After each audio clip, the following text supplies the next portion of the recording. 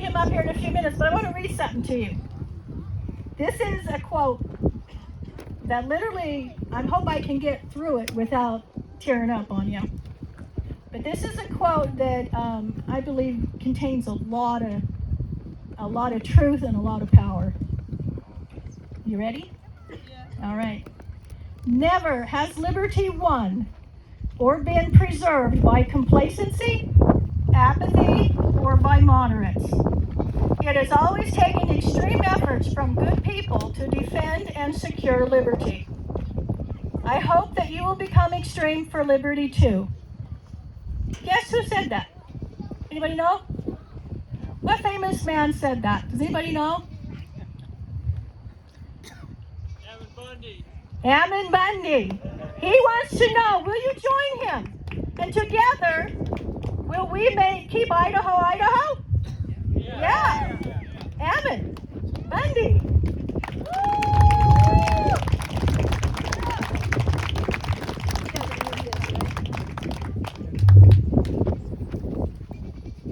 I'm going to try to go this route. Can you hear me okay? Let me have, if someone wants to talk in this mic, you can talk in that as well. Maybe I'll just come over here. It's kind of spread out, so if you feel neglected over here, just start making noise.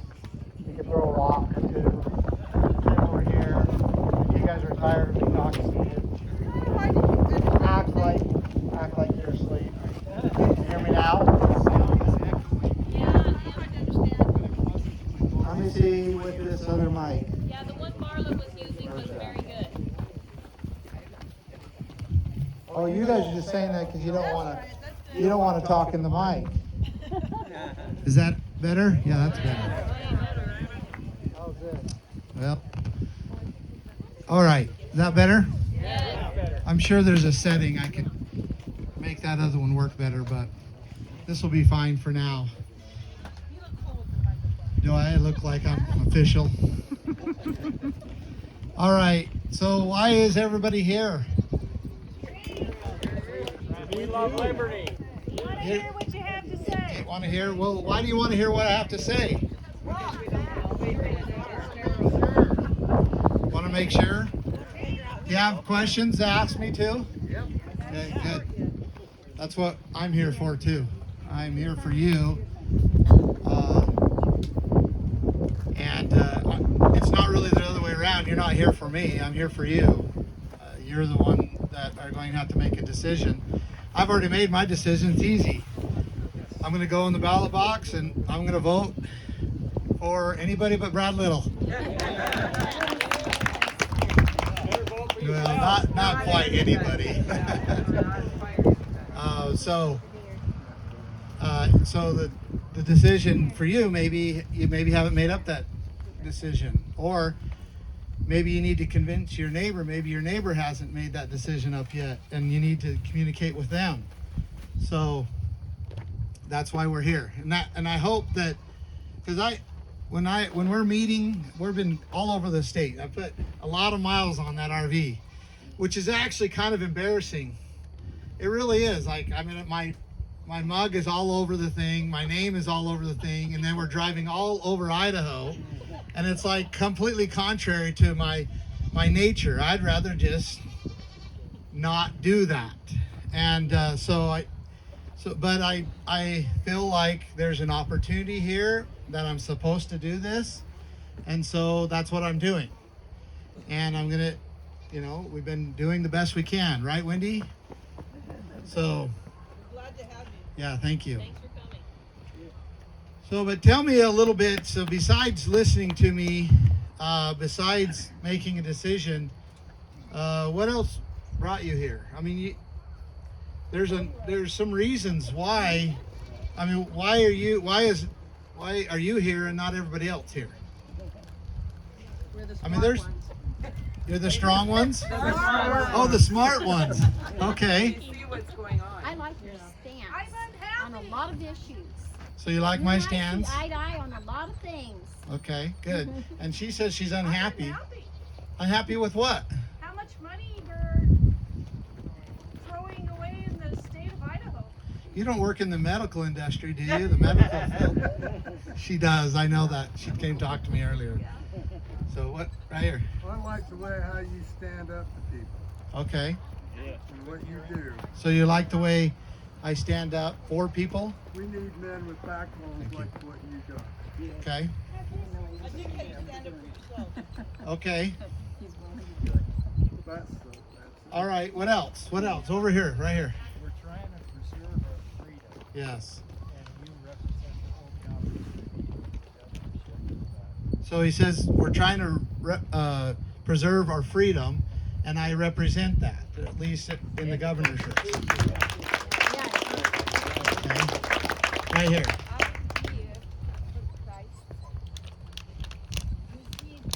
She's here for Christ's sake, she says. You see, signs keep Christ in Christmas. Mm. You all can do that if you have a sheltered homeschooling, ranch, whatever it is, a sheltered environment for your children, for your family. But what about the rest of the nation? What about the rest of the young children and the youth? What chance do they have in today's world if the educational system will resist Bible teaching? So I wish I had an extra mic, and you could hear what she said. She talked about how, and correct me if I get too far off when I'm paraphrasing, but how in our families, in our homes, and so forth, we can keep Christ in our homes. But it's very difficult. Or what chance does the rest of the nation? Because we're losing that. Anyway, that was probably a really bad paraphrase, but. You know, I don't want to rob the rest of the young generation of any kind of education. But if the property tax would not be wasted on the trash that they are being taught in public schools, Yeah. Yeah. if we could say we are for property tax, but you must no longer lie to our youth, no longer let them hear lies only. Well, we're going to talk about that. Hopefully, we'll get a chance to dig into that a little bit. What else? Any others? Right here. I'll support anybody that stands for those words that you got in your pocket right there. Right here. Yeah. These mean something, right? Right. You know what this means for me? I got you. What this means for me, and we'll talk a little bit, but what this means is that I am secure in being able to do what I choose to do. That this power, these powers that have always grown and become really dangerous to our liberties, that this keeps those powers at bay. That's what this means. It keeps us with the ability to be able to meet like this. Do you know how rare meeting like this and maybe discussing current powers and how we don't like them, how dangerous that's been throughout history, just to be able to meet like this. And so that's what this does. So that, to me, I agree with you. Right here and then right here. Okay, right here and then right over here. I'm here to find out how you, if you're elected governor, how you're going to get the legislation bodies to go along with your ideas, and also right into the property tax, how you're going to get them involved to follow. Great question. How am I going to get the legislature to come along with the Keep Idaho, Idaho plan? Right. So you make sure that I address that, all right? Make sure I address it. Okay, right here.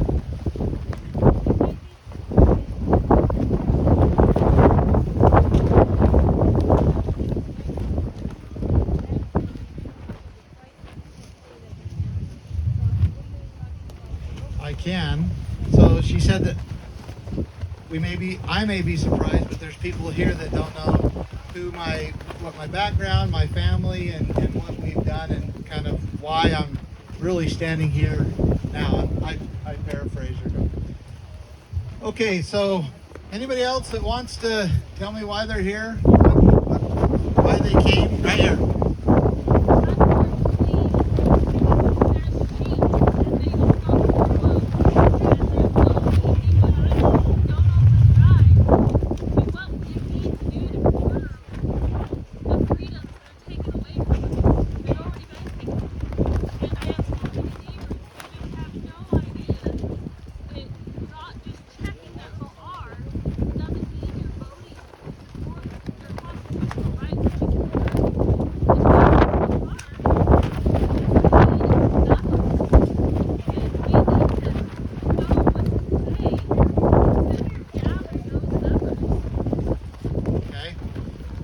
there's lots of sheep that are not realizing what's going on. And as he said, they go and vote R. Right? They just go and vote R. Did you know that that type of people, which maybe we could all at one point or another say that, I'm guilty of this. But that demographic of people, the ones who they don't want to be involved. They don't really want to get informed because it's painful to be informed, right? Because then all of a sudden you become aware of things that you're not okay with. So they don't want to be informed, but they still go down and they go vote, and they think that the safe way to do that and do their civil duty is to just go and vote R down the ballot, wherever the R is. And that's what's been happening in Idaho for at least the last 3 decades. And that's why we're in the situation what we are in. And I'm going to talk about that a little bit. What situation are we in? So that is truly a concern that we all should be concerned about. And how do we overcome that? How do we overcome that? How do we keep people from just going down and voting R on the ballot, and then what they do is they take away our votes.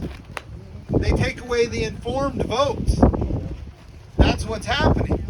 And the establishment here in Idaho and across the country relies on that.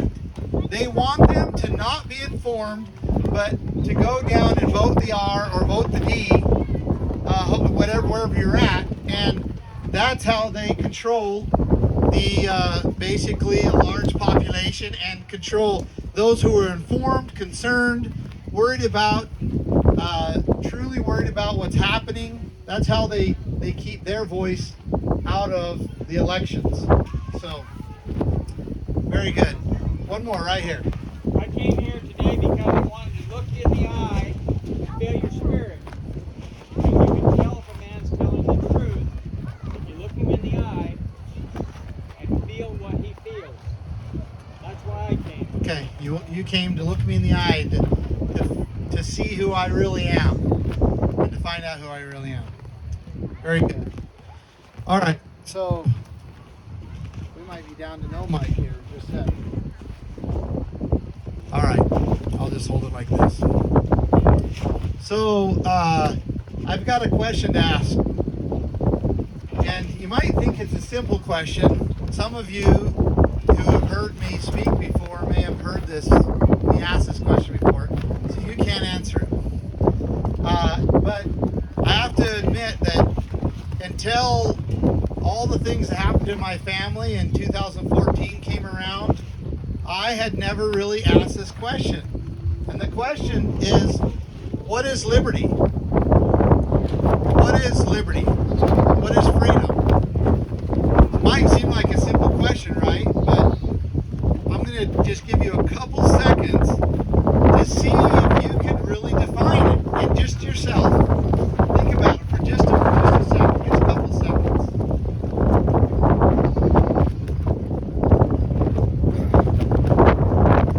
Okay? I know that wasn't long, but when I did that, went through that exercise, I couldn't answer it. This was several years ago.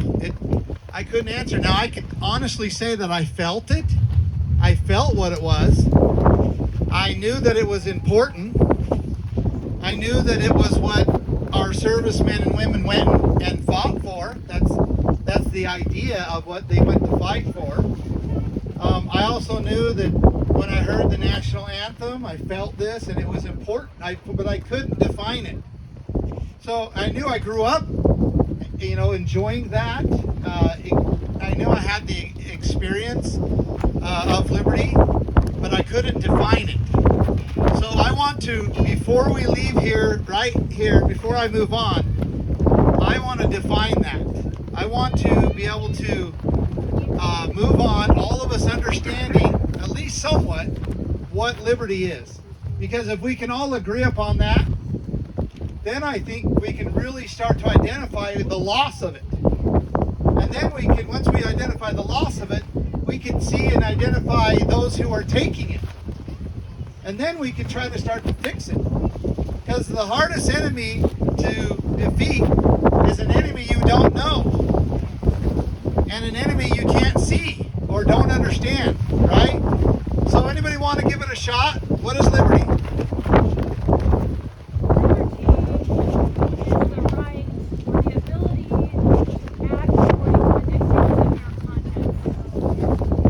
That's really good. It's really, really close to my definition. And one more piece I'm going to add to it. So do you want to say this here? Say it in the mic. You have to hold it up. Okay. Say it loud. Liberty is the ability to act according to the dictates of your own conscience. So that's actually a. Okay, anybody disagree with that? Or what's that? Okay, let's get here. So you're actually going to disagree? Okay, go ahead. Missing half part. So long as you do not interfere with other people's property or their person or their rights. Okay, so you're not disagreeing, you're just adding to the definition. So with the two of you together is exactly what my definition of liberty is. It's the ability to do whatever you want according to your conscience, as long as you're not infringing upon another person's rights. Okay, so thank you, you guys nailed it. So exactly and exactly. So the ability to do whatever you want, as long as you're not infringing upon another person's rights. Now, some people get afraid of, the ability to do whatever you want, but you have to add, as long as you're not infringing upon somebody else's rights. Now, does that make everything you want to do right? No, and that we're going to have accountability to God to that. But our protection here in this country and what we have built this nation upon is the ability to do whatever you want as long as you are not infringing upon another person's rights. So it's very important that we understand that before we move forward, and let's apply it a little bit to a few things. What about the ability or the freedom to worship? Freedom to worship, okay? So let's take this definition. The ability to worship whatever you want, however you want, whenever you want, as long as you're not infringing upon somebody else's rights. Would you agree with that? And it's very important, right? Because then it becomes your choice of what you're going to do, who you're going to worship, what you're going to worship, when and how. Otherwise, it's not freedom. What about the freedom to own and control property? So let's define this, right? The ability to own property and to do with your property whatever you want, as long as you're not infringing upon somebody else's. Right. Does that, do we want that? I know I want that. I want to be able to do whatever I want with my property as long as I'm not infringing upon my neighbor's rights. But if the government can take it from you for taxes, that's wrong. Okay, you're getting ahead of here. I'm just saying. You're right. I work hard for what I got. You can't take it from me. So let me ask you this question, like in general, you're right, and hopefully we get a chance to talk about that. But are we losing the right to control and own our own properties? Yes. In every even little county, every municipality, we're losing that right. They're telling us what we can and cannot do with our property, even though we're not going to harm our neighbors by doing it. And that is a loss of freedom. Loss of freedom. All right. That's all right. That'll make a good Facebook post.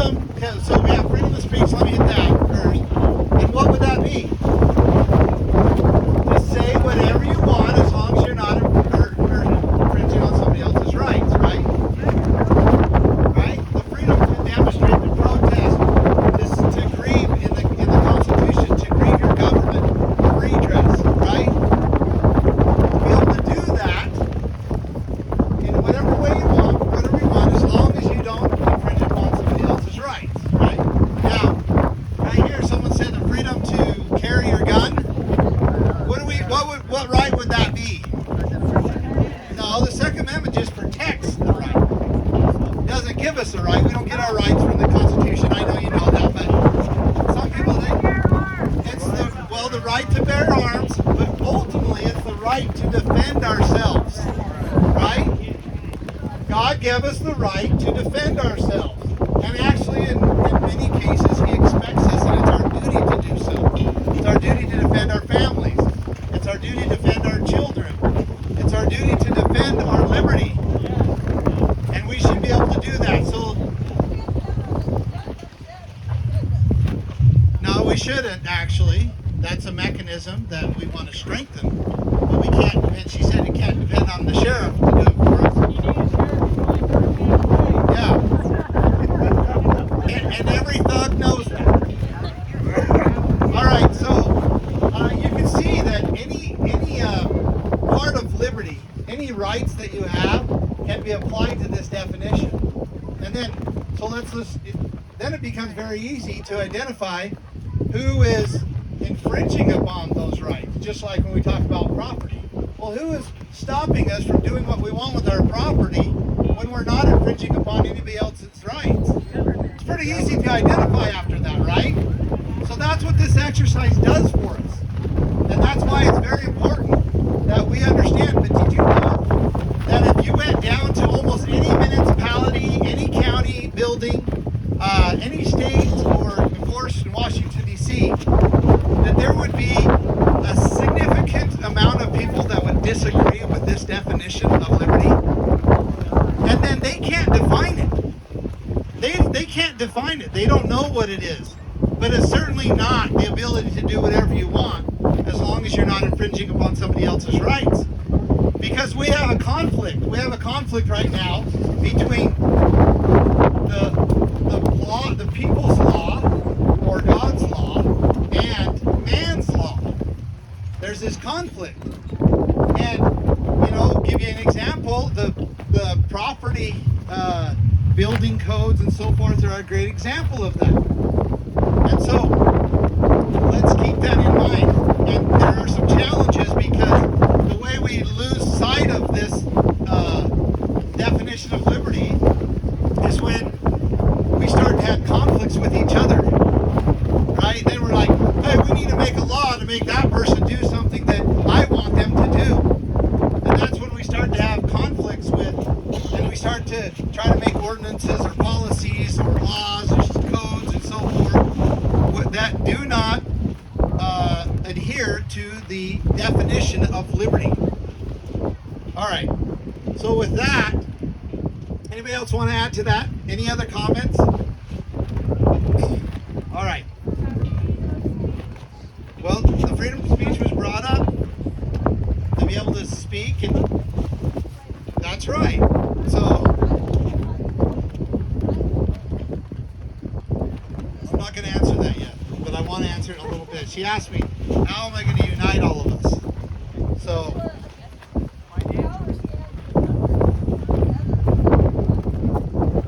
okay, hold that thought, because that's a good one. Yeah, thank you. Financial freedom. To be able to do what you want with your money, as long as you're not infringing upon somebody else's rights. What about the right to trade with each other? To be able to trade with a willing buyer, willing seller, two consenting adults, to be able to trade whatever you want, according to your agreement, as long as you're not infringing upon somebody else's rights. So it would be okay if I stole something and then traded it, because I infringe upon somebody else's rights, right? Right. It wouldn't be okay if I forced someone to trade with me. That's not okay. That's not according to freedom. But I should be able to, if there's a willing buyer and a willing seller, we should be able to freely trade with each other as long as we're not infringing upon somebody else's rights. Jeff, right here. Individual rights where the masses don't have the right that individuals have rights. Well, the masses only have rights one individual at a time, right? But not as.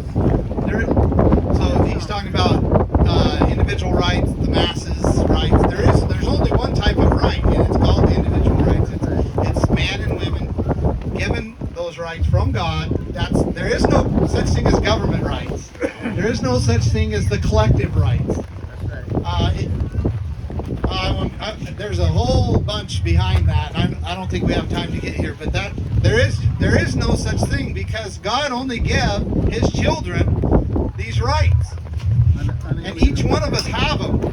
Each one of us have been blessed with them. All right, so now I'm going to give you a little bit of my background. And I don't want to bore you, so I hope you don't go to sleep. And I'll try to be pretty quick, because I want to get into what's happening in Idaho right now. And then I want to answer your questions. Because I've deferred quite a few questions here, and I want to be able to get to them.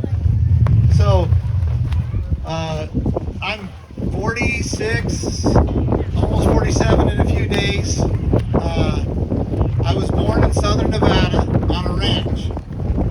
And I was very blessed to be born on a ranch. And the ranch, if you look around here, it's about just opposite of this. It's very arid, dry, extremely arid. In fact, I'll give you a kind of statistics for you cow ranchers here. It takes 100 acres to produce enough feed for one cow. So now, kind of to give you a little bit of background how we ended up there. Well, there was Brigham Young sent a group of colonists down there to settle the area, and they were down there for, I think, less than a year. I think it was like 9 months or something like that. And they came back. They made it through a summer, and they came back to Brigham Young, and they said the place was uninhabitable. That there's no way that anybody could ever live there. And so we teased that Brigham Young. So then he went and looked around, and he was like, well, I'm going to find the most stubborn, obstinate, hard-headed people I can find, the family I can find, and send them down there. And he found my family. And he says, oh yeah, they'll make it down there. And so my family went down there. And they worked there, like all pioneers. They immediately found little teeny springs all along the mountains, little artesian springs that only run just a trickle. But they found that those springs, somebody's car's beeping. I don't know, anybody recognize that? Is that your car? No, it's fine, we'll just ignore it. They began to get these waters, and they were just trickles. So they'd make water troughs, and they began to graze their cattle on the foothills of the mountains there. And they also began to divert the waters out of the river, the Virgin River. And it was very, very difficult, because the Virgin River is just a river of sand, and the river bottom is about a mile wide. And so every time they would build a diversion, a little flood would come through and just wipe it out. And it was just, these diversions were very difficult to do with horses and man. They didn't have bulldozers. It's even difficult now, still today. And I'm going to tell you an inappropriate joke. My science teacher told me in high school. And he says, do you know why they call it the Virgin River? And the answer is because no one's ever seen its bottom. And it literally is that way, because you could dig down as far as you can go with any piece of equipment, and it's just sand.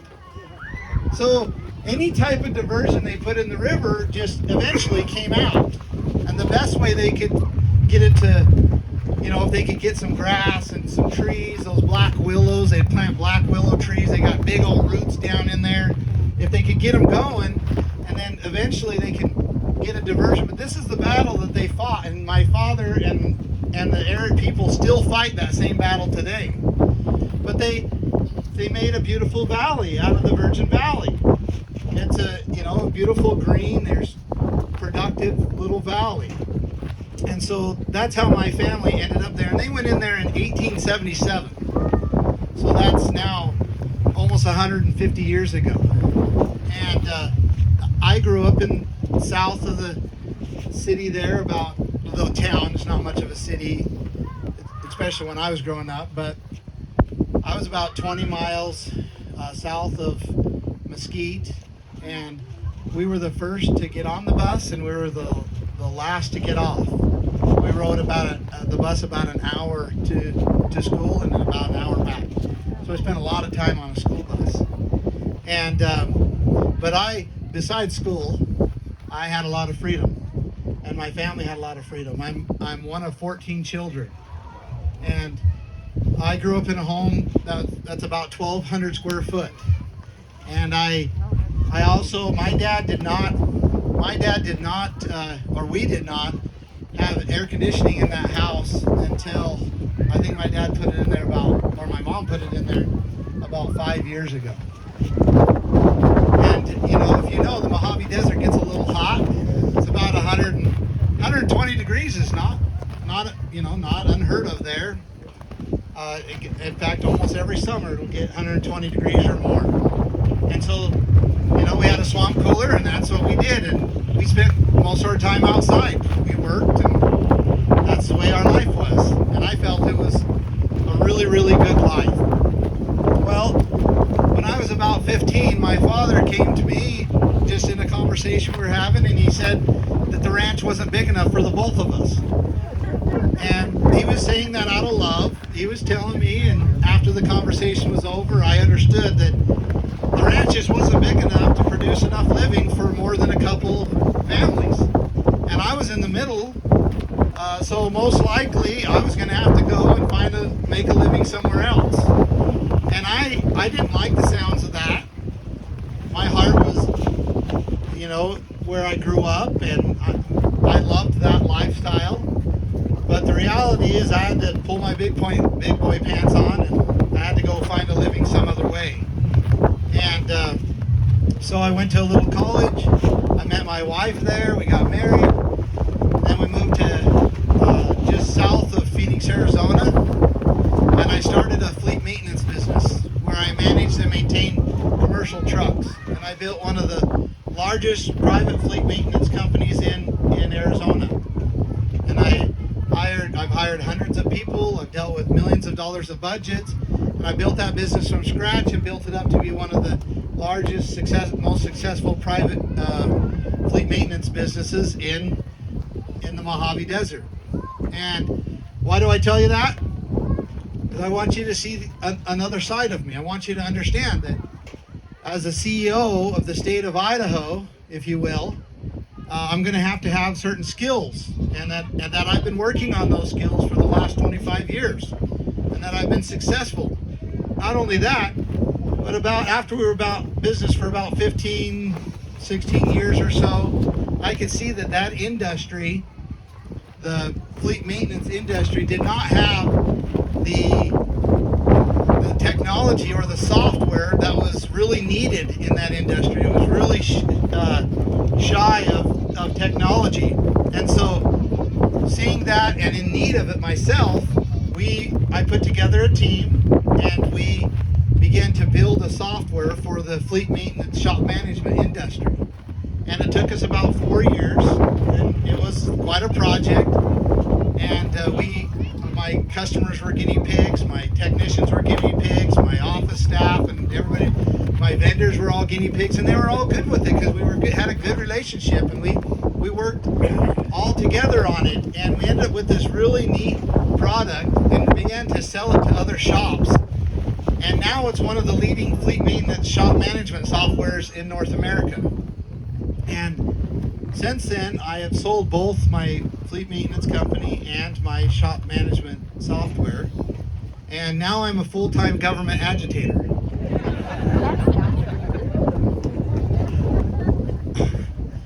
Now just take that off your videos, that last part, just take it off. Just kidding. So, no, but people do wonder, how did I go from that to right here? Because you just don't typically make that jump, right? And it didn't happen just like that.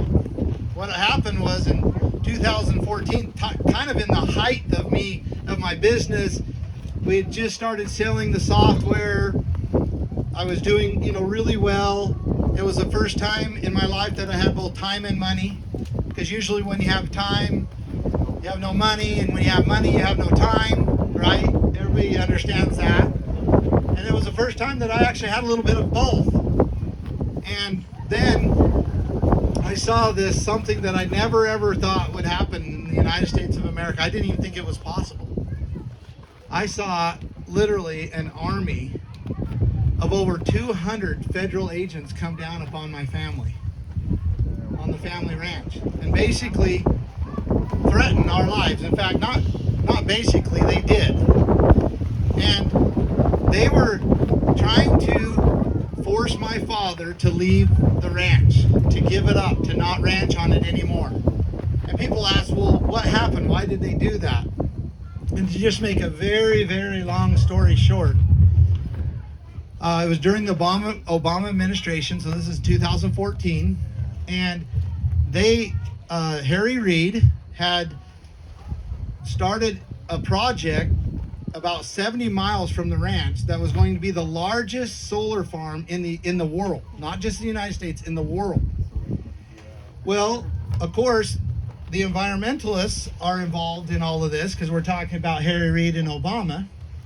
And they said, well, if you're going to make this solar farm and it's going to be thousands of acres, I don't know how many, it was the largest, but I don't know exactly how many acres it was, but the largest solar farm in the world.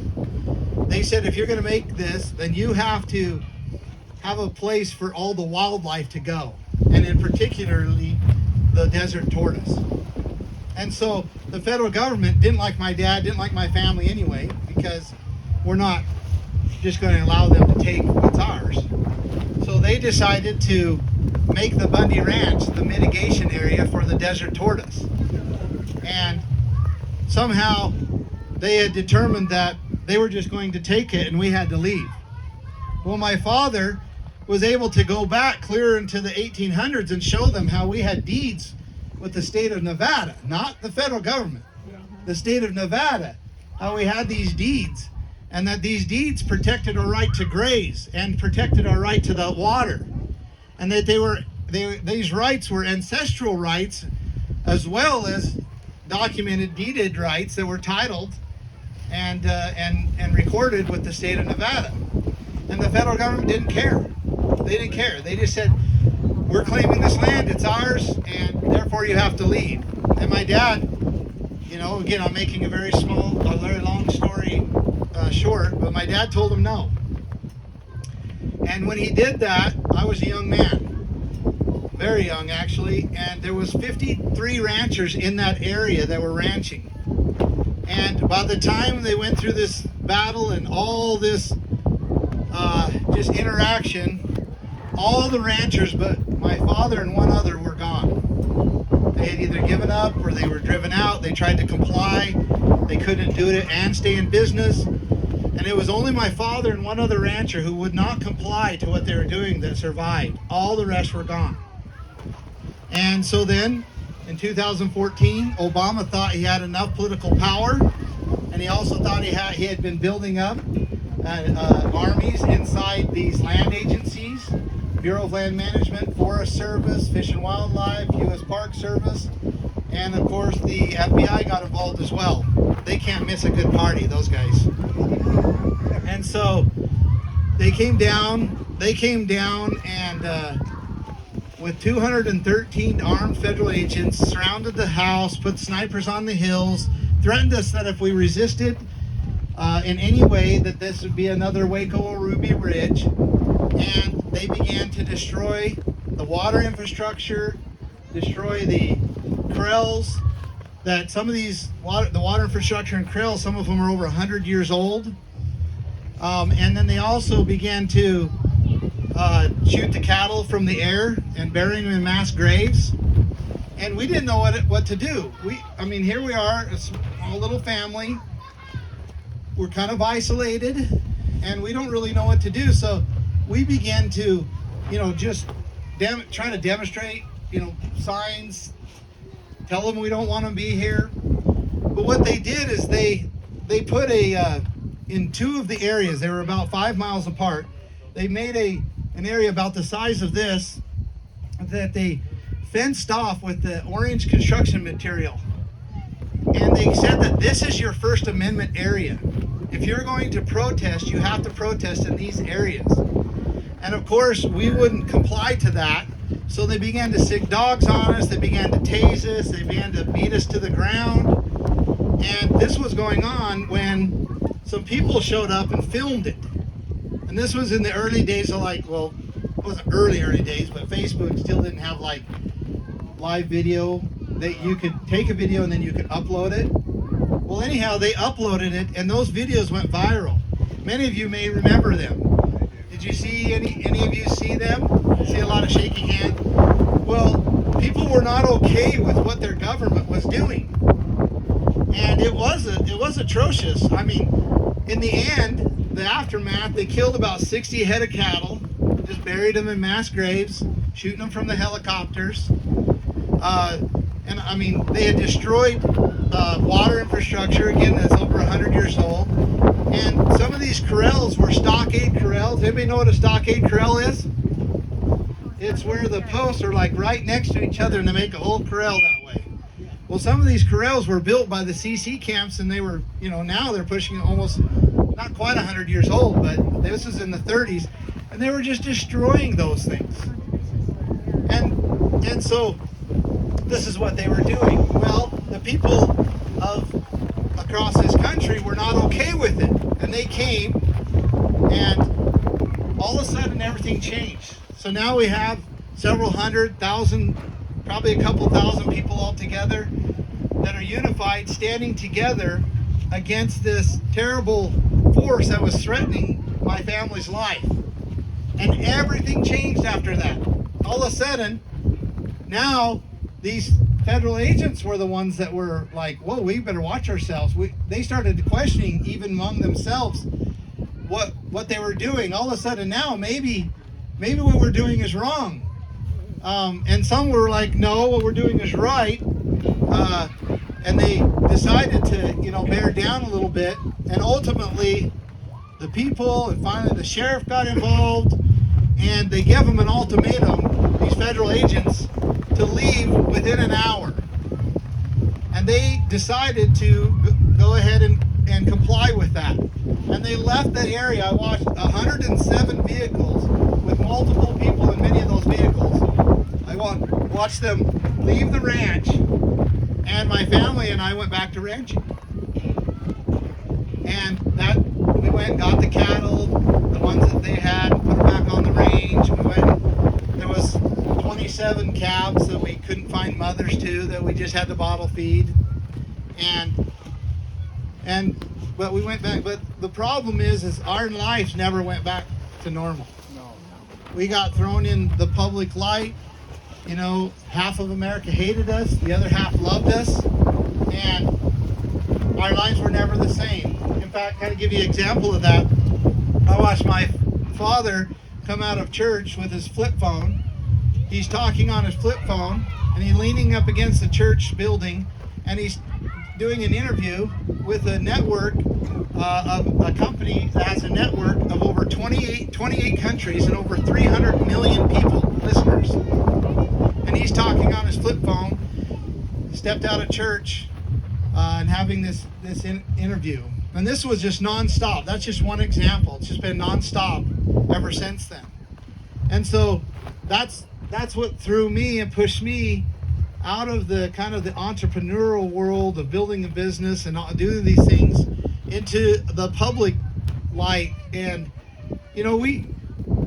I've just done the best I can. I haven't been perfect, but I've done the best I could to respond and to try to communicate and educate and help people understand that what we saw at the Bundy Ranch was not only horrific, that it was, I couldn't believe it. In fact, the best way to explain what was happening in the valley was a scene out of the Hollywood movie Red Dawn.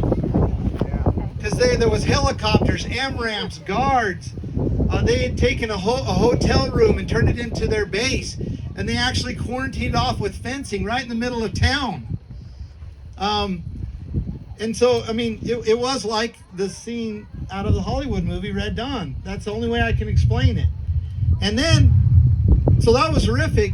But then I saw the American people come together, and I saw the solution of when tyranny or wickedness comes about us. I saw that this is the solution. So I have done my best to try to explain that to the American people of where we're at. Now, so that's my background. I will say that some of you might know about the Ammon family in Oregon, because that happened about 2 years after the whole thing happened down in Nevada. Well, and it's very simple. The same thing was happening to the Ammon family as happened to my family. And I felt at that point I had enough reach that I could shed a lot of light on what was happening to the Ammon family. And I needed a place to do that. And we found that place. And ultimately, it landed us in federal prison for 2 years. I was never convicted of even a misdemeanor.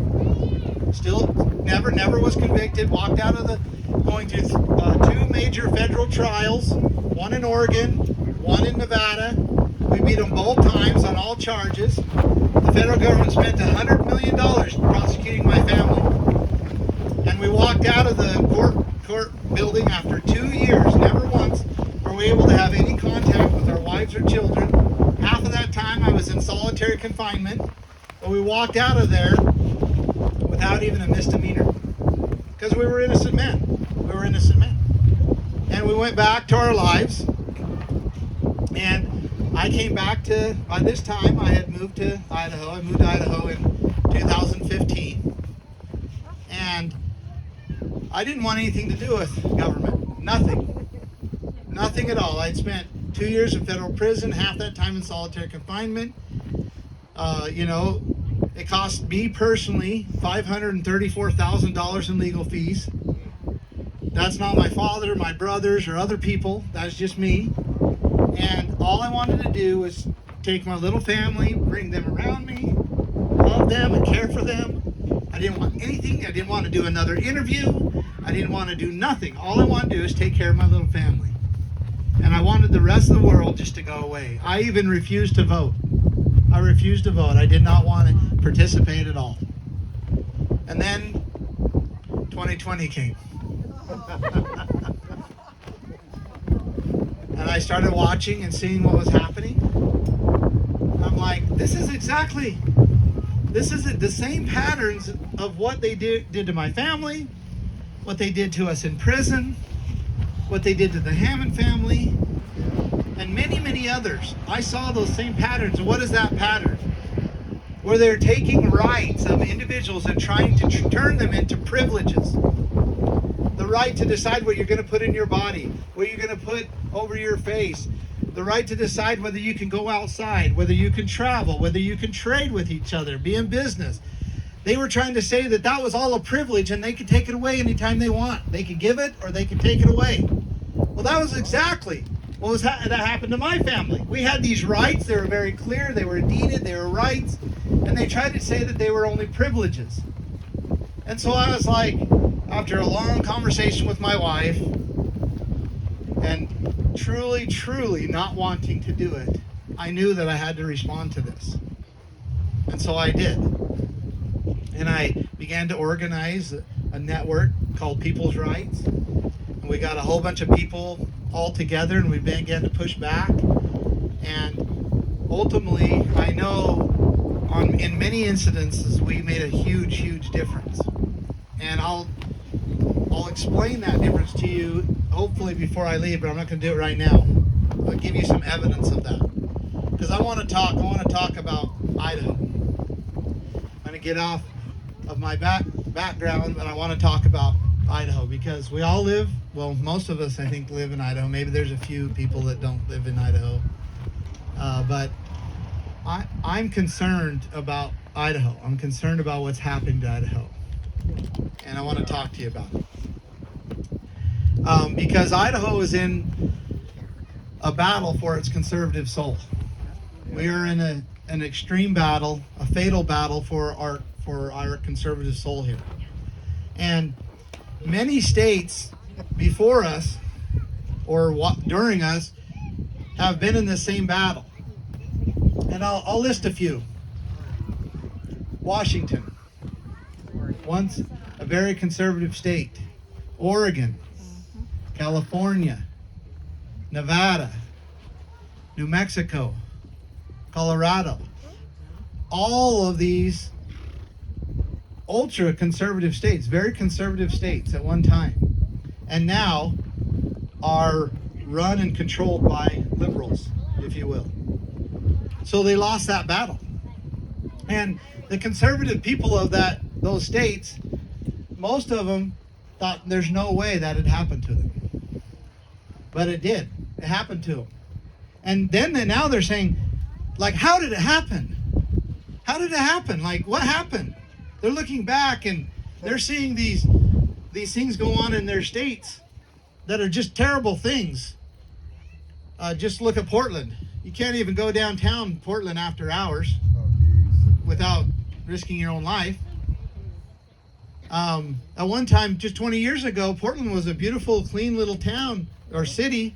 It was one of the most cleanest, productive, beautiful little cities you could go to. And now, you do risk your life going downtown after dark. And so they're going, well, what happened to our beautiful state, our towns, our cities? What happened to them? And this is happening all over. And so Idaho is in that battle right now. But we haven't lost the battle yet.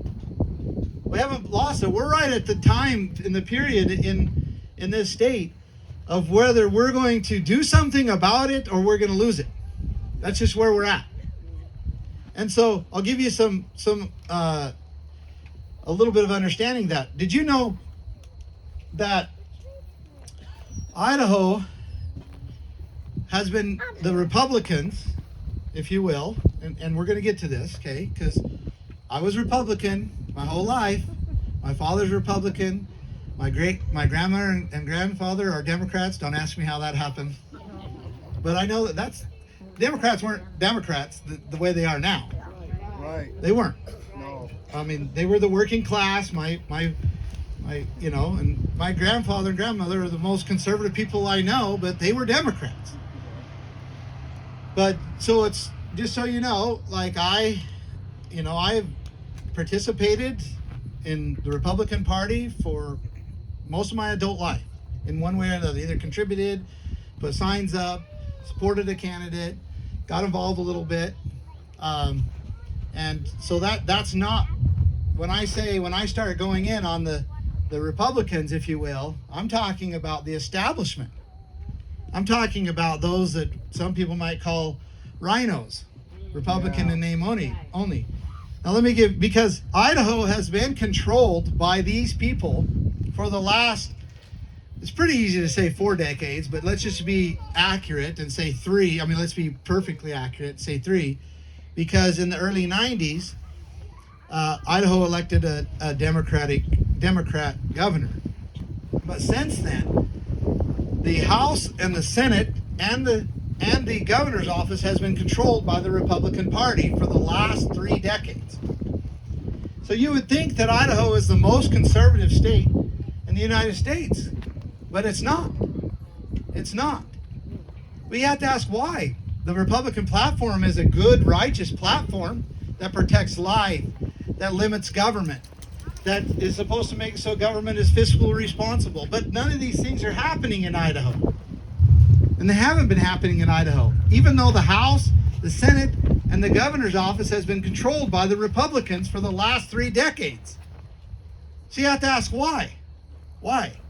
Well, let me break this down to you. Let's talk a little bit about our current governor. Did you know that in the early 2000s, remember during the whole gay marriage battle? Did you know that Governor Little, he wasn't a governor then, he was a senator, was the only Idaho representative in all of Idaho to support gay marriage? Do you also know that now, since Governor Little has been in, that Idaho has increased its food stamps program by 24.2%, the highest in all the states in the United States. The highest increase. The highest increase, the most increase of all the states in the United States. He also has just recently dedicated $50 million of state funds to free government housing. And the list goes on. He supported Obamacare. Remember the battles of Obamacare? Medicaid. He supported those and brought it into Idaho. Him and others. There was others. He wasn't alone in that. And so why is this important to us to understand?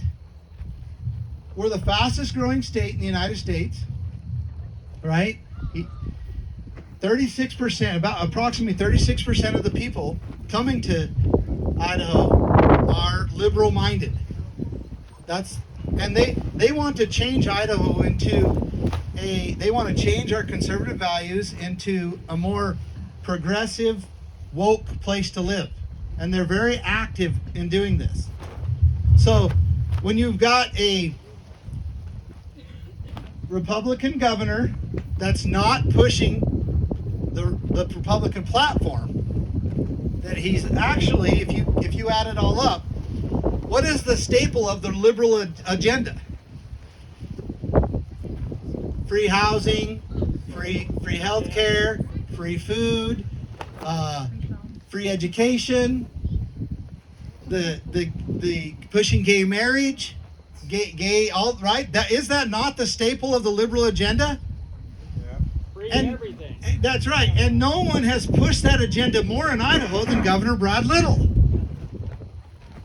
And so there's like this unholy alliance that's being formed between the establishment Republicans who are not following or adhering at all to the Republican platform, between them and the liberals and the Democrats, if you will.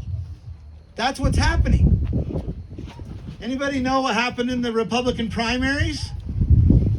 Why did Priscilla Giddings lose the race? Why did Dorothy Moon lose the race? Right around 36,000 Democrats registered Republicans and voted for Governor Little and Scott Bedke and Phil McGrain, who beat Dorothy Moon by 2 points. They went over there and they made the difference. And thank you. So we could see this unholy alliance that has formed and has been forming in Idaho. And this is exactly how the liberals took Oregon, Washington, California, Nevada, New Mexico, Colorado, and Idaho is going to be next. We're right on the verge of it. And so we have to crush this unholy alliance. And so that is why it's so dangerous that our neighbors, uninformed, go down and vote for R. Because they'll cancel our votes if we allow them to. Obviously, it's their choice. Yeah. But we have an obligation to go out and communicate to them what is happening so that they don't do that. So that they go down and they're informed. Or they don't vote at all. Now, so not only is Idaho the fastest growing state and the one with the highest increase of welfare programs in the United States, but it also was first in a few more things. And you may or may not remember this, but I hope to be able to jolt your memory in these things. So Idaho was the first state to arrest pastors for organizing church outside during COVID. I've said this hundreds of times, and I cannot say it without something inside me being stirred. The Moscow police actually took the Bible out of the pastor's hands so they can handcuff him. Yeah. Now, let me just, if I can, I'll read a couple things to you. This is the Constitution, and I know you're familiar with this, So I'm not doing anything other than just reminding you. But the First Amendment, this is the first line of the First Amendment of the United States Constitution. And it says, Congress shall make no law respecting the establishment of religion or prohibiting the free exercise thereof. Meaning that it's off limits. We have a right to exercise freedom, and it's protected in our most founding documents. Now, if there's any question, about the U.S. Constitution and its protection, then let's go to the Idaho Constitution. And if we go into, again, Article 1, Section 4, it's titled Guarantee of Religious Liberties. The exercise and enjoyment of religious faith and worship shall forever be guaranteed, and no person shall be denied any civil or political right, privilege, or capacity on account of his religious opinions. It's pretty clear, right? So if there's any question even after those two sections, then let's go to one of the last sections of the Idaho Constitution, Section 19, and it's titled Religious Freedoms Guaranteed. And I think this is beautiful writing here. I really do. It says, it is ordained by the state of Idaho that perfect toleration of religious sentiment shall be secured, and no inhabitant of said state, that'd be Idaho, so nobody in Idaho, shall ever be molested in person or property on account of his or her mode of religious worship.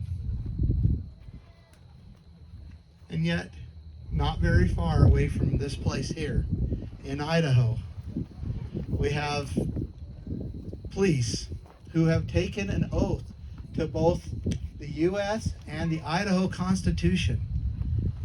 We have them ripping the Bible out of a pastor's hands, putting him in handcuffs for organizing a church service outside without masks. In Idaho. First state. Probably historically the first state to ever do that. Maybe not, but I haven't been able to find any. Idaho was also the first state to arrest a mother for taking her children to the park. Yeah, I remember that. Brady in Idaho. Sarah Brady's your daughter? Woo! So, you correct me if I'm wrong. They're still prosecuting her. Yes, they are. And the last I spoke to her, which was like 2 months ago, she had spent over $26,000 in legal fees. And the state still is prosecuting her today for taking her children to the park. No, it's crazy. That's another problem. What happened to a speedy trial? The right to a speedy trial. That doesn't happen. That doesn't happen anymore. So, also, Idaho was one of the first states to arrest or to raid businesses and begin to prosecute the owners for not shutting down during COVID. And did you know that, anybody know what hydroxychloroquine is? Anybody? Yeah. Okay, so a good amount of you know. It's been found to be one of the most effective remedies for COVID-19, right? And that everybody wanted to dispute that, and now it's been proven. It's one of the most effective remedies. Did you know that on March 19, 2020, that Governor Little outlawed the use of hydroxychloroquine for COVID? He was the first governor of all the states, all the governors in the United States to do that. I thought there was a novel coronavirus at that time. Right? They didn't even call it COVID-19 yet. And yet he's outlawing the use of hydroxychloroquine. And then later we find that it's one of the most effective remedies for COVID-19. I can't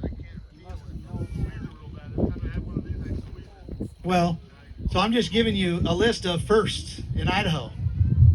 These are our firsts, right? And I don't really like this list. And I think we should be concerned that this is a list of firsts in Idaho. I think we should be concerned with that. So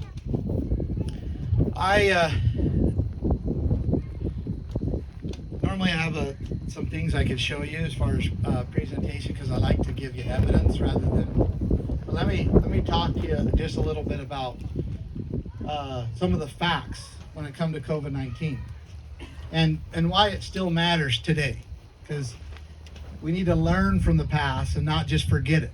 We need to learn so that we can do what we need to do to make sure that those things don't happen again, and so we can position ourselves for a better future.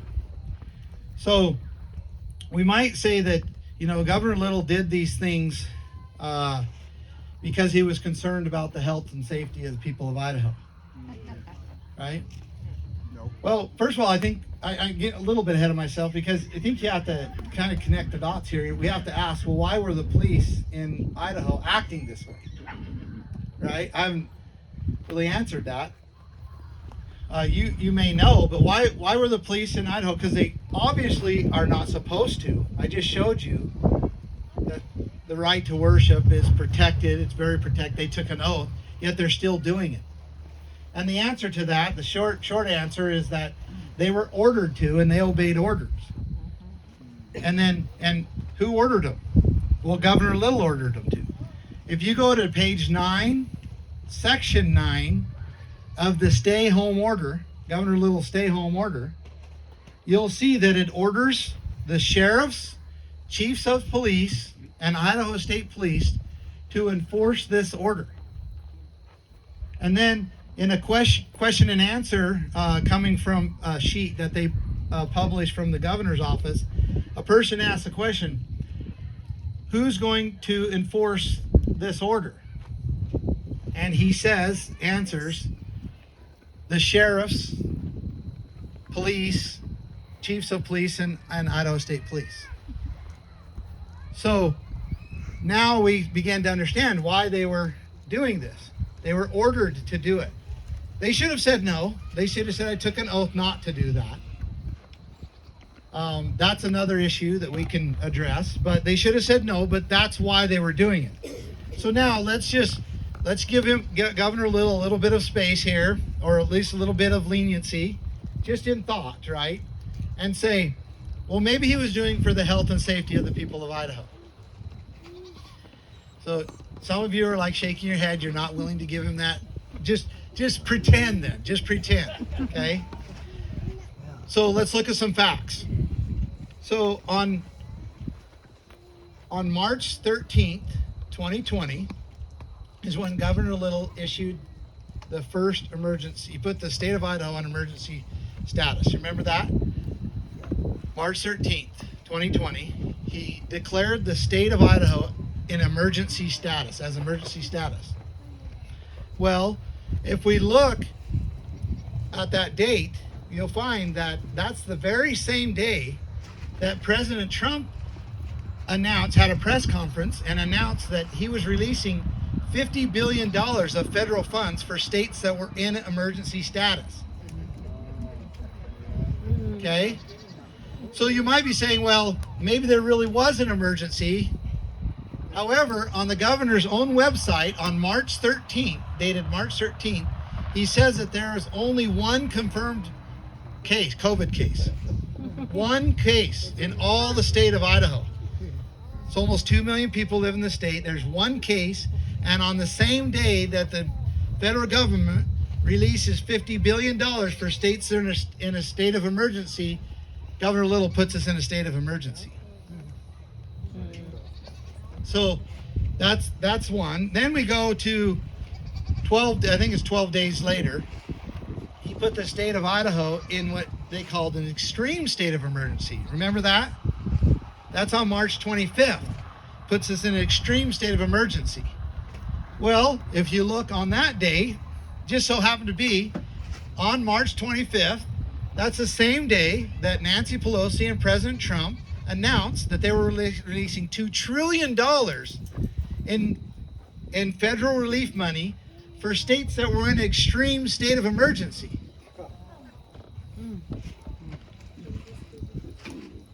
So I think he was, and at that time we had no deaths. I think they said that there was like possibly 136 cases, right?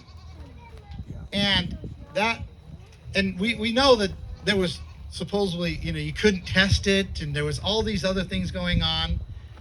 But he happened to put our state in an extreme state of emergency on the same day that $2 trillion were released from federal funds if the state was in an extreme state of emergency. And in his documentation, you can clearly see that that's what he's doing. I have my phone right here. I want to read you something if I can find it real quick. Oh, I don't have the internet. Never mind. That's nice. You don't have the internet up here. That would have saved me a lot of trouble in my life. So I'll just have to paraphrase what he's saying, because he issued these orders, and all the things happened in Idaho. Mothers were arrested, pastors were arrested, people were arrested, people lost their jobs, the economy was shut down, essential businesses were what they clarified business as essential and non-essential. Anybody else who stayed open were under the threat of the state police raiding them. All of these things happened, right? And then and they did all those things because of his order. And now let's fast forward to March 8th, 2022. President, might as well be President Biden, but Governor Little. So this is this year, just March. Did you know that he released he did a press release? And know what he says in that press release? He says, let me see if I could quote it exactly. Quote, this is from Governor Little. I kept Idaho open. Never mandated, goes on and makes these lists. I kept Idaho open, he says. And then he goes on, he says, the emergency declaration never violated anybody's rights. That's what he says. And you can look it up yourself. If you go to Governor Little's press release on March 8, 2022, and read it yourself. There's something very interesting. I wish I could pull it up though, because I could read it word for word, be a little more powerful. I should have printed it off. But he says there that in it, he says the emergency, I'm going to get it pretty close, but he also makes it very clear. He says the emergency declaration served as a function to collect FEMA dollars. That's what he says. And then he says, if I didn't, this is going to be a really rough paraphrase, but I'm going to get it pretty accurate. Then he says, if we didn't declare emergency, Idaho would not be in the best economic state in the country. That's what he says. And that's actually a pretty bad paraphrase, and he goes on and gives some details. He basically says we wouldn't have a surplus, and we wouldn't be able to give the highest tax release ever in the history of Idaho if it wasn't for these FEMA dollars that we received. And that's a paraphrase, but that's still really close. So now what is he saying? He's saying that Idaho is in a good economic position, but it's not because of the economy, or it's not because of the people of Idaho, worked and produced and they're more wealthy. He's not saying that. He's saying it's because we got billions of dollars of federal money and now we're in really good shape. That's what he's saying. And I really recommend that you go hunt these things down. You could, if you go and go to my website at votebundy.com and click on one of the town halls. If you go to virtual town hall, I give the evidence. I read it word for word in front of everybody. So, and I show it in the presentation so you can actually see it. So now he is saying that we have a surplus. He's saying we have a surplus, and so some of you may have last year received a check from him. Anybody received a check from him? No. What I like, people have said, hey, I received this check from Brad Little, and then they donate to my campaign. Well, in that letter, he says that 2 years in a row we've had a surplus, and so therefore we can give you a tax rebate or taxes, some of your taxes back. And he did the first one right before the Republican primaries. And who knows what they're doing now, what they're doing. They're going to have a special legislative session starting on September 1st. And what are they deciding? How much they're going to give back to the people right before the general elections. Yeah. He's trying to buy the votes of the people of Idaho. And he's claiming that there was a surplus built during 2020 and 2021. The darkest months, during the dark days of the pandemic, he's claiming where businesses were shut down, school was shut down, no one was going to work, all of these things, he's claiming that somehow Idaho amassed a surplus. And that we're in the best financial situation that we've ever been in Idaho. And I think I don't need to explain to you the irresponsibility of those statements. That's like saying to someone who, let's say they get hurt or whatever, and they don't go to work for 9 months. They're the breadwinner of the home. They don't go to work for 9 months, and they have all the same expenses and everything else that's going on. And then they come back and they say, we've had the best financial year we've ever had. Right? Or what about a business who basically closes its doors, doesn't sell its products, but still has all the same expenses, keeps its employees, has the same expenses as before, a building expense, utilities, payroll, all of that. And then in the end of the year, reports on its financial reports that it had the highest profits ever in the history of its company, of the company. You would question, right? How is that possible? But that's exactly what Governor Little is doing. That's what he's doing. And so I'm here to tell you just very clearly before I answer your questions is that he must believe that the people of Idaho are so stupid that we'll believe anything he says. Yeah. He is banking on that. He is banking that the majority of the people of Idaho will believe what he says, and they'll go down to the ballot box and they will put a check next to his name. That is what he's doing. And next to his buddy's name, Scott Bedke and Phil McGrain and the establishments. And that's what he's banking on. And so, I want to say to him that the people of Idaho, including myself, are not that ignorant. That we're going to see through this. I want to believe that they're going to see through this. And I believe that they are. There's lots of indications that they are. But we're not going to find out till November 8th. But we have 73 days, Wendy? Was it 73 days? Garth, is that what we came up with? I think 73 days till the general elections to communicate with our neighbors of these things that are going on and to help them understand. Okay, so let's go ahead and I'm going to answer questions because I'm pretty much done laying out what I want to lay out. I hope you see the seriousness of our situation, and I would love to be able to present you facts, which I can do with everything that I've said on my website at votebundy.com. But I also want to talk to you about other things because I'm not just here to say, hey, this is all the bad things that are happening in Idaho.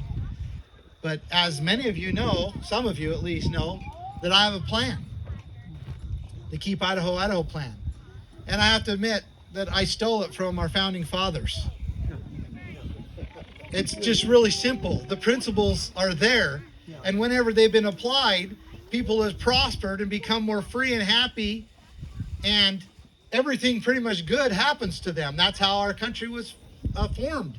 That's why we're where we're at. And I've just put them in a communicated them in what we call the Keep Idaho, Idaho plan, and kind of applied them to what's happening in Idaho, and I'm presenting them to you. And so that's the good news. There is a way to get out of this. We just have to apply these principles that have been there. And let's go through this. So we know that the ancient Israel applied them. They became a world power for about 1,000 years until they did basically what, well, maybe not 1,000 years, but they were a power for 1,000 years. But we know the history, but it wasn't when they began to deny the principles is when they fell away. We know that Anglo-Saxons applied these. We know during the Magna Carta years, they applied some of these principles. We know that our founders applied them. And we still are greatly benefited because of that. And so I'm proposing in the Keep Idaho, Idaho plan that we apply these principles once again. And it's not going to be easy, but that's what I'm proposing. And so that's the good side of my message, is that we understand these principles, they're well documented, and that all we have to do is apply them again, and we will receive blessings, and we'll pass those great blessings on to our children, and our children and our children's children will be able to have the many things that we have had in our lifetime. Many things. I think it's our duty that we do this. Right? All right, so questions. Basically, I think North Idaho should probably have voice. And what I'd like to know is what's your plan for the next 7 years? How are you going to wake people up in Boise? Because with Spittle having $5 million in his fund, and with the newspapers being on his side, how do you get your message across to the general population? Okay. So one thing I want to, because the statement, and correct me if I'm wrong, like if I requote it wrong, but that Northern Idaho is going to vote for me. However, this isn't an electoral vote. So there's not districts and you win the whole district. So every vote that you get counters a vote that would be voted against me in Boise. And there's plenty votes to get here in Northern Idaho. Yeah, well, right now, will I win the majority of Northern Idaho? I believe I will. But it's not an electoral vote. So you don't just win Northern Idaho and that counts as a third of the vote of Idaho. Because they say that Idaho has 3 capitals, right? Spokane, Boise, and Salt Lake City.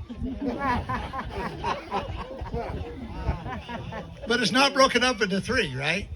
So I'm going to answer your question still, but I don't want people to, up here to think that, well, we got this made. So no, every vote that you can, every person that you can convince to vote for me, I got you're next, is a win, is a counter vote for those down in Boise. Now, the question was, how are we going to get Boise, going there? Well, one is we actually, relatively, I actually poll fairly decent in the cities right now. Like, I'm not talking about the majority. No, I'm not talking that. But I'm talking about we poll fairly decent down there, meaning we're already going to get a good group of people, a good base of voters in the cities. We obviously need to increase it. We've got to keep doing what we're doing. We've got to keep communicating. And the real answer to your question is how many people are here? I mean, let's just give it I don't know, how many people? What, 70? 70 people or so? Maybe more. I don't know. But each of you, if you believe it, need to go get another person, another 2, another 3, and so on and so forth. And we're doing the same thing here down there. And so the answer is this has to be duplicated, right? It has to be multiplied. And that's what we're doing. And we're being successful at it. And I hope that we have enough time and enough activity to make this happen. And so the answer, I think, ultimately is just keep doing what we're doing and activating the people and helping them understand how important it is that you go out and communicate to your good neighbors. They're good people that probably are not near as active as you are when it comes to civil matters. And say, hey, just listen to me. If you, I said this earlier, so a few of you may know the answer to this. If you want to have a good conversation with your neighbors, there's one simple thing you can do, and you should do this. Put a Bundy for Governor yard sign in your front yard. Yes. Right? All of a sudden, you're going to have all kinds of your neighbors ask, why are you supporting that guy? And you're going to be able to have the conversations that you need to have. You're going to be able to direct them to votebundy.com. They're going to go on their little search and they're going to go to MSN and CNN and they're going to go, wow, I can't believe my neighbor supports this guy. Because I Googled my name the other day and I was like, man, this guy's a jerk. And it's just fake news. And you got to help them get over that. You have to help them. And a good start is putting a yard sign in your front yard. A second thing, really important, is that you subscribe to the emails at votebundy.com. Why? First line of defense is communication. I'll send you materials, emails, and then videos. More are coming, many are coming. And if it's really good, you'll know, like, oh man, I want to send this to so-and-so and so-and-so and so-and-so. And you have to be brave enough to send it and have those conversations. So put a yard sign, subscribe and pass that information on. And then, if you will, contribute. Because contribute to my campaign to pay for the gas in that thing. But also, and more importantly, I can take this thing off. To be able to distribute this information through paid ads, because that's just part of campaigning, so that we can reach, even people outside of your circles, and maybe get them on this path of, wait a minute, who is this guy? And then, because you know what happens? If they'll research enough and find out the truth, then it makes them mad that they were lied to. I'm sure that's happening to a few of you right now. You're like, well, he's not like what the media has been saying he is.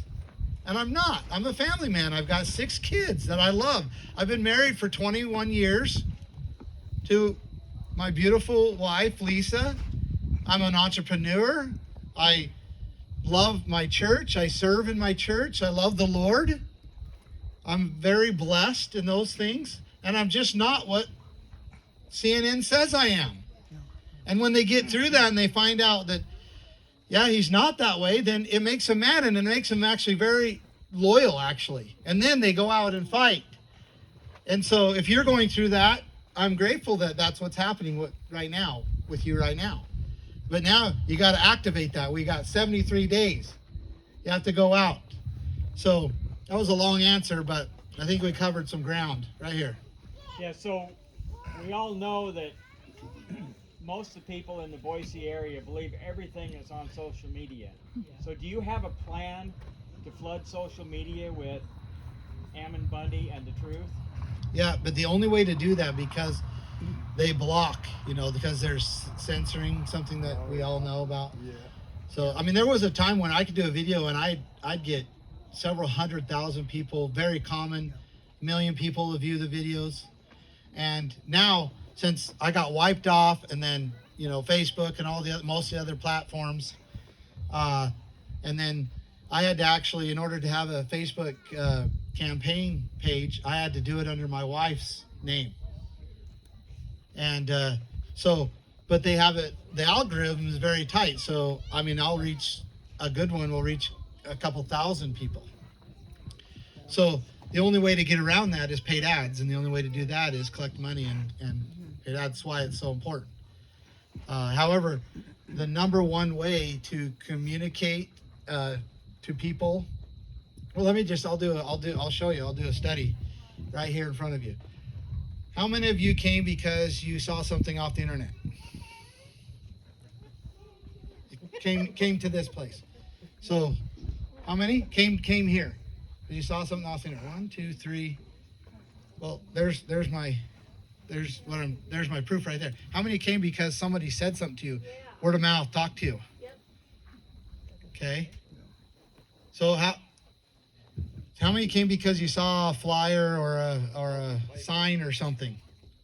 Well, that was the communication. That was Somebody part of sent it. us a flyer and an interview link, and we found out for ourselves that Okay. you were worth at least listening to in person. So all of these methods, you have the internet, but we're finding that word of mouth communicate is by far the best, but still the best way. Most of our meetings, which we've been having these type of groups everywhere we go, 70 to 150 people are coming almost to every town hall that we're having, and a good majority, or I should say not the majority, but the percentage is highest of word of mouth as far as how they found out about the meeting.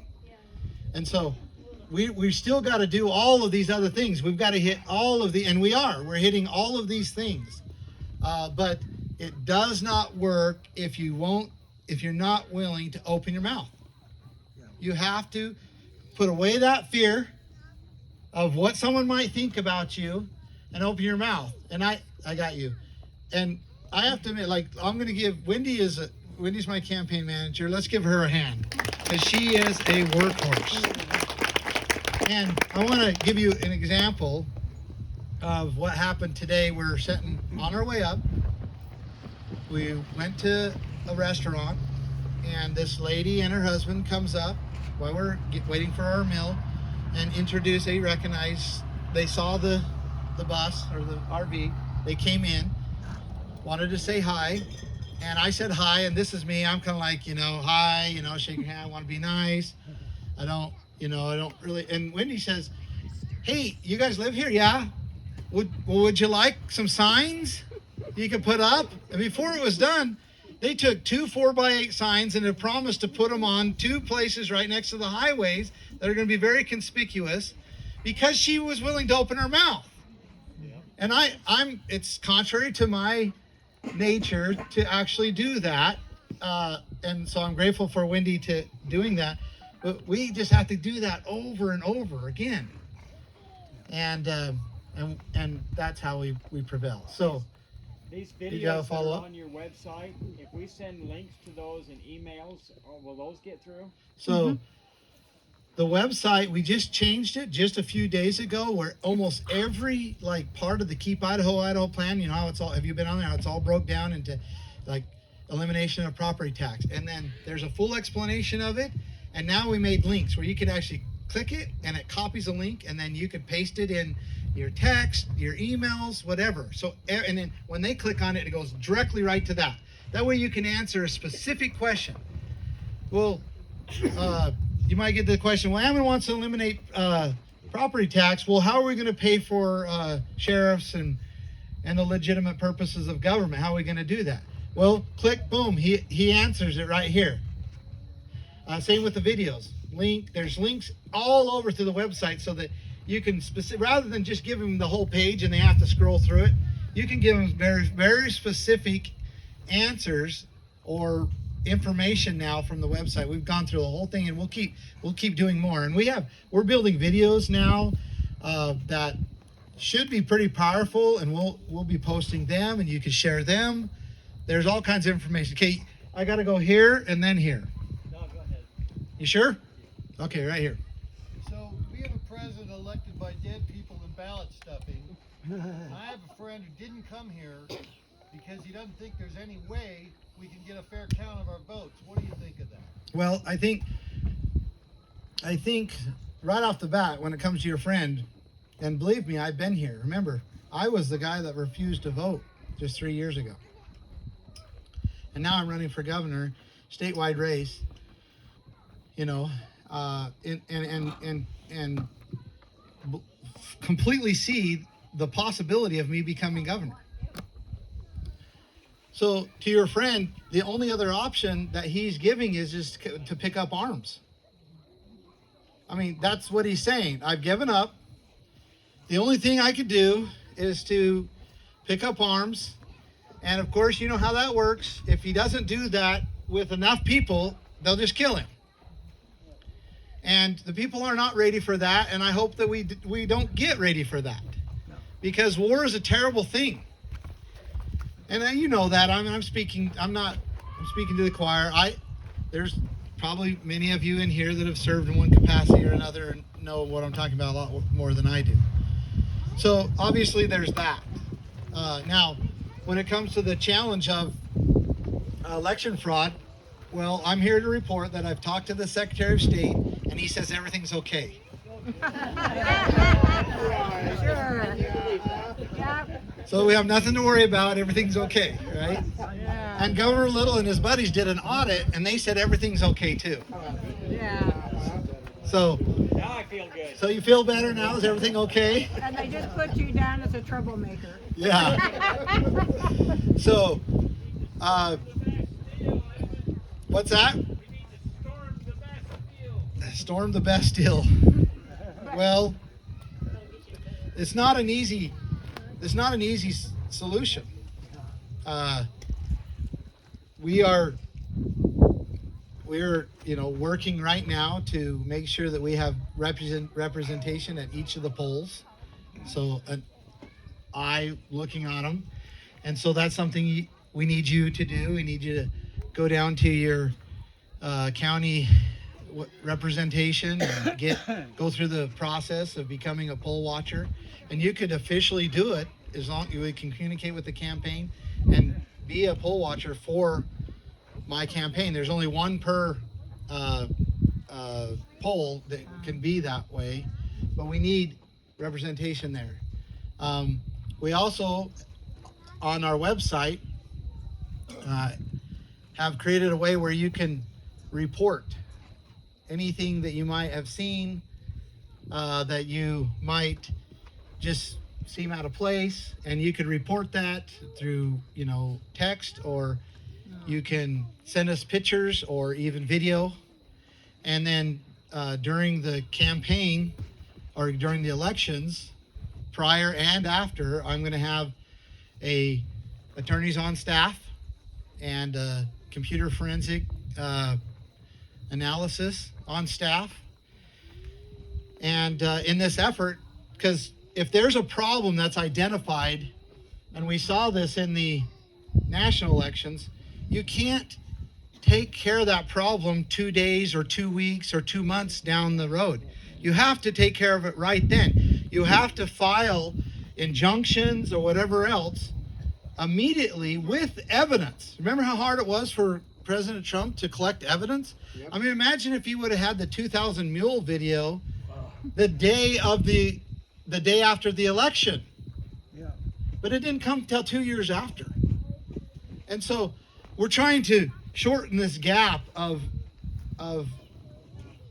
having this evidence and being able to present it if we have an issue. Now, that still doesn't take care of our issues with the mail-in ballots and all of that, which is such a challenge. But we're doing everything we can to be proactive and ahead of the game when it comes to election fraud. So that's the best I could give you right now. So right here and then right here. Now, part of this special session, everybody, our education system is kind of on a tear right now, but Little gathering all the boys in Boise to cave to this Proposition 1. He's going to put $410 million into education on a broke system. So you got Proposition 1 coming up in November, and he's already caved Yeah, so thank you. So that's his way of getting Proposition 1 passed without even going to the people. Can you repeat, That's right. Can you repeat what he said? He said that, well, I'm going to basically, this session coming up, one of the things they're going to do is they're trying to pass a $400+ million budget that's going to go to additional to education, to a failed education system, as he said. And there was a Proposition 1, if you remember. Minutes. What's that? Okay. There was a Proposition 1 proposal that was going to go on the ballot. And basically, Governor Little is calling in this session. He's wanting to pass that through the legislature and not send it on to the people. And so that's the challenge he was saying. So right here and then right here. Right.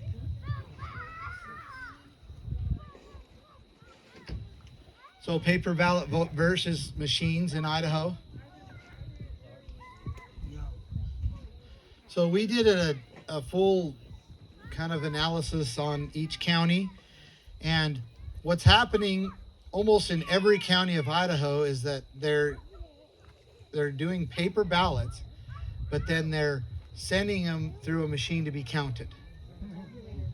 And then it actually ends up on a jump drive. Then they take that little jump drive and they give it to the clerk, and then the clerk gives it to the Secretary of State. So that's a lot of scary, right, pieces.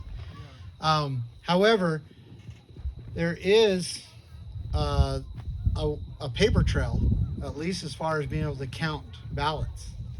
And so, now how many of those are dead people? I don't know. How many of those are people that aren't citizens? I don't know. But at least there's that paper trail, and that's pretty much almost in every county of Idaho. Right here. You still didn't answer my question how you're going to implement all of your wonderful ideas when you become governor. How are you going to get the rhinos and all the garbage that's going through our government people? How are you going to get them to work with you?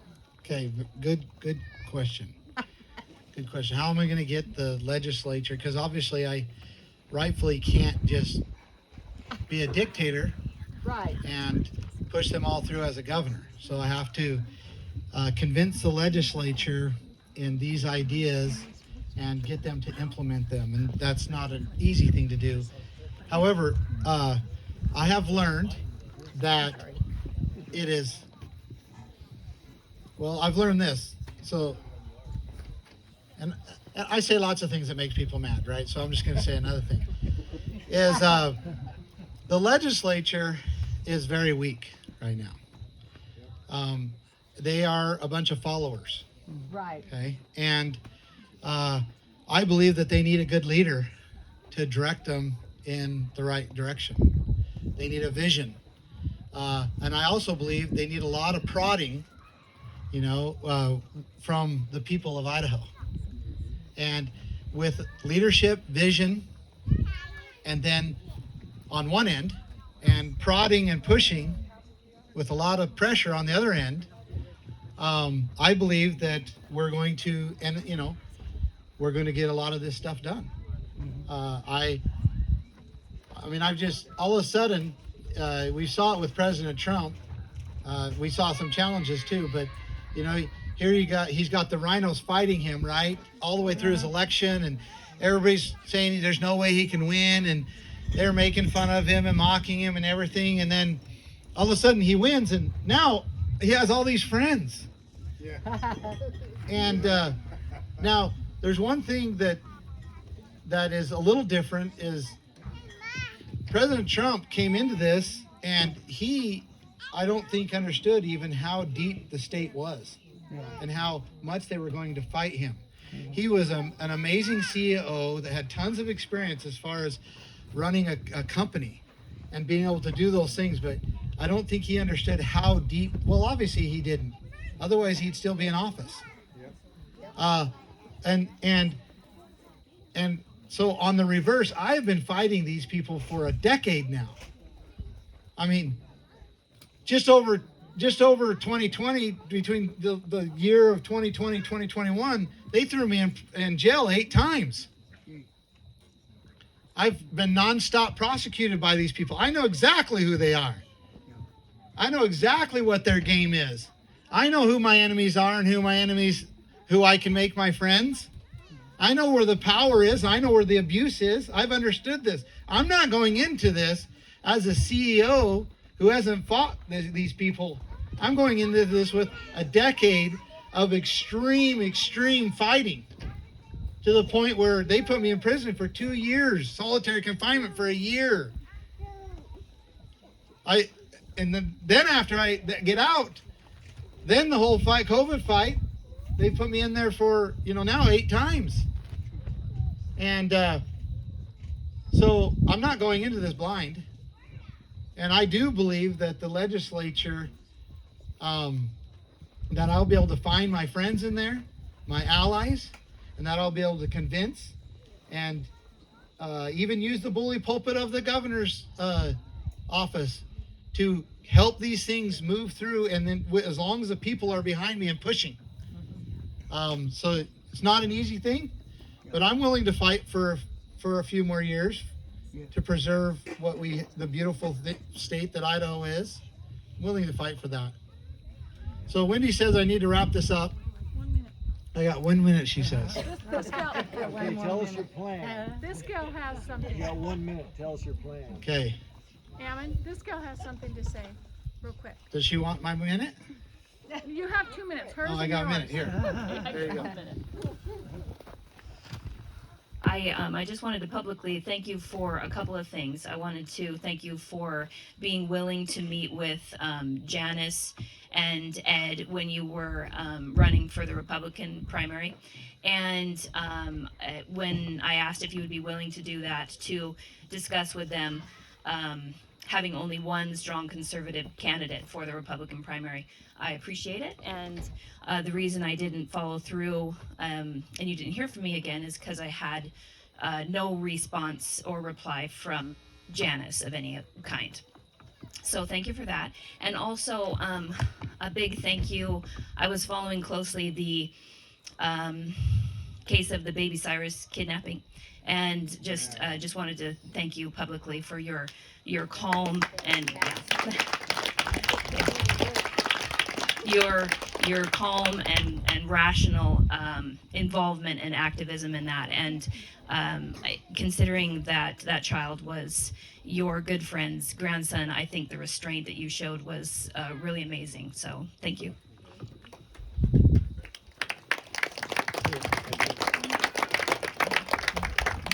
Thank you. Okay, so the Keep Idaho plan. We've identified 8 planks to the Keep Idaho plan. And I'll go through this with you and then wrap this up. Thank you for your patience and your questions. Number 1, protect private property. The Communist Manifesto, in the very first plank of the Communist Manifesto, it says that communism can be summed up into one sentence, and that is the abolition of private property. And so it is extremely important that we counter that and protect private property. We must have a place to live and to be free and secure and to be safe and feel safe and to enjoy life. And that's what we do on our properties and in our homes. There's no place like home. And it is extremely important to liberty and to everything that is good that we have a place to do that. And so number 1 in the Keep Idaho plan is protect private property. Number 2, eliminate progressive taxes. I mean, I could go into detail to that. I'm not going to. Part of that is eliminating private property tax, but that's not all. Elimination of progressive taxes. 3, free Idaho from federal control. And that's a big thing, but it is something that must happen, because we ask ourselves, why do we have critical race theory or Common Core in our schools, even in these most conservative little towns and counties? And the answer, it just is puzzling if you don't understand. Because you're going, why? How did this happen? Well, the way it happens is the school board or the school district or somebody went and got federal funds, brought them in there, and they signed a memorandum of understanding with the federal government that they would implement these curriculums. And then the administrators of the school district feel like they have to implement them. They actually, by contract, do. And this is going on in our schools. This is going on in our counties. This is going on in our sheriff's departments, our states, our municipalities, even in corporations. Not only that, 61% of our land is controlled by the federal government here in Idaho, and 72% of our subsurface mineral rights. So it's extremely important for the independence and security and liberty of the people of Idaho that we free Idaho from federal control. Yeah. Number 4, make Idaho independent again. Again, it has a little bit to do with number 3, but there's a reason why they call us the gem state. We're resource rich. Why do they call the Treasure Valley the Treasure Valley? Is that because they're poor and they all have to be on welfare? No. And yet we have to go to the federal government to get a third of our budget every year because we can't pay our own bills. We've been doing that for 38 years now. 38 years, except this last 2 years because we've had a record surplus. Although Governor Little received during COVID, for COVID relief funds, $18.7 billion from the federal government. $18.7 billion. With a B, not an M, B. $billion. And he's saying that record surplus. Well, I wonder why. It's not because of the right reasons. Not because farmers and agriculturists and the people and the construction and all of that are all that much wealthy. It's because he went and got $18.7 billion and they don't know what to do with it other than try to buy the votes of the people of Idaho. Meanwhile, they signed, imagine the amount of strings that they must have agreed to in order to get that money. So we must make Idaho independent again, including paying our own bills. Number 5, bring back the rule of law. I don't even know where I begin there. So I'm just going to leave it at that. Number 6, make Idaho an economic powerhouse. There's no reason why we shouldn't be. I mean, from the waters we have here to the land to the resources. I mean, we even have Lewiston, we even have a seaport here in Idaho. There's no reason. We have natural gas. We have all of these things. So all you got to do is free the people up to be able to use and to benefit from these things. And you're going to create, Idaho's going to be an economic powerhouse, including protecting finances so that we can be secure in our finances. 7, secure the quality of life for every Idaho family. How do we do that? We apply these principles. We do what we've been talking about. And number 8, make Idaho an example of peace and prosperity to the rest of the world. Doesn't that feel good? Does not the world need this example? If we do these things, we'll benefit, we'll be blessed, and the people all across the world will go look at Idaho, look what they're doing, and they'll want to do the same thing. And this spark of freedom that's almost lost can be lit again and can become bright again. And the people of Idaho can make it happen. It really can. Why was Idaho so much different to be in, to physically be in during the COVID lockdowns, if you will, than Washington and Oregon and California? Why? Say that again. Because the people did not comply. That's the only difference. Governor Little, in fact, his lockdown orders in many ways are worse than the other states. But when you come to Idaho, it's like night and day compared to Oregon, Washington, California. And it was because the people here still have this spark of liberty inside them. They still believe that they have a right to do whatever they want as long as they do not infringe upon their neighbors. They still believe that it even goes further than that, and that is be a good neighbor, to love your neighbor as you love yourself and to love God. They still believe that here, and that's why the spark of liberty must flame from here. Because there's no other base of people that believes it more than Idaho. And so if we lose this, yes. So it's Idaho. We must do this here. And the rest of the world will see it and take note of it. And will, as always, they will begin to follow. But someone has to start it. I believe it's Idaho. And so I need your help. I need you to go out. I need you to work. I need you to do those things. I need you to put a yard sign in front of your yard. Subscribe to Vote Bundy and send that information everywhere. Donate if you can. And let's together keep Idaho, Idaho. Thank you.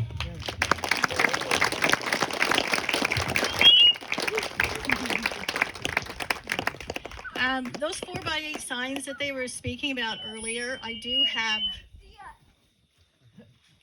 have, I think, 5 of them in my stock trailer over here. I literally don't know anybody along some major roadways. We know the people down here, Craig and his wife over here. We did put one on their property down here. Did you guys see that when you guys pulled up?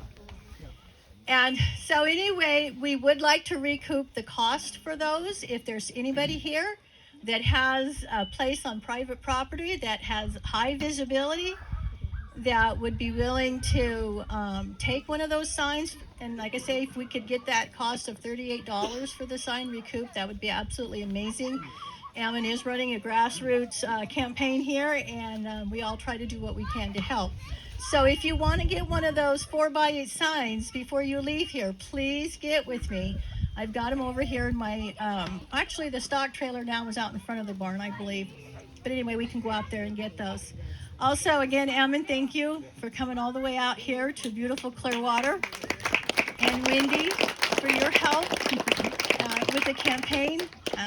I know that it's a tireless job for you as well. I want to mention that Ammon's going to be in Lewiston for a meet and greet on September 22nd, I believe it is. I got the flyer here. Somebody had RSVP'd from Lewiston. Are those people here? Is that you folks over there? Well, thank you. He's going to be there, and if you want, I'll give you this flyer to take with you. Oh, you've got one? Okay. September 22nd from 6 to 8 p.m. at Sunset Park in Lewiston. So if you guys know anybody in the Lewiston area or close to Lewiston that you would really love to have here, Ammon, I would really encourage you to let them know. Ammon shares all these meet and greets on his campaign Facebook page, Telegram, all the social media and everything. So that would be great. Also, we've got to get the potluck going. There were some items. I come from a food service industry, and so things like potato salad and coleslaw freak me out at potlucks. And I noticed there was a few on the table. I did put it in ice once I recognized it, but I don't know how long it sat there prior to. So I just want to kind of put that word out there. You eat at your own risk when it comes to anything at this potluck. I know some people did bring things on ice, and if you did and you haven't gotten them on the tables yet, please do. The shade has moved way out, so we need you guys over here to kind of move your chairs around. So I've set it up so we can go down both sides. Okay, there.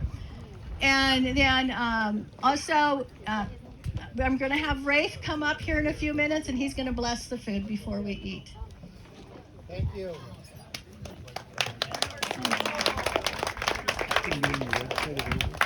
Yeah, usually we put them on our website.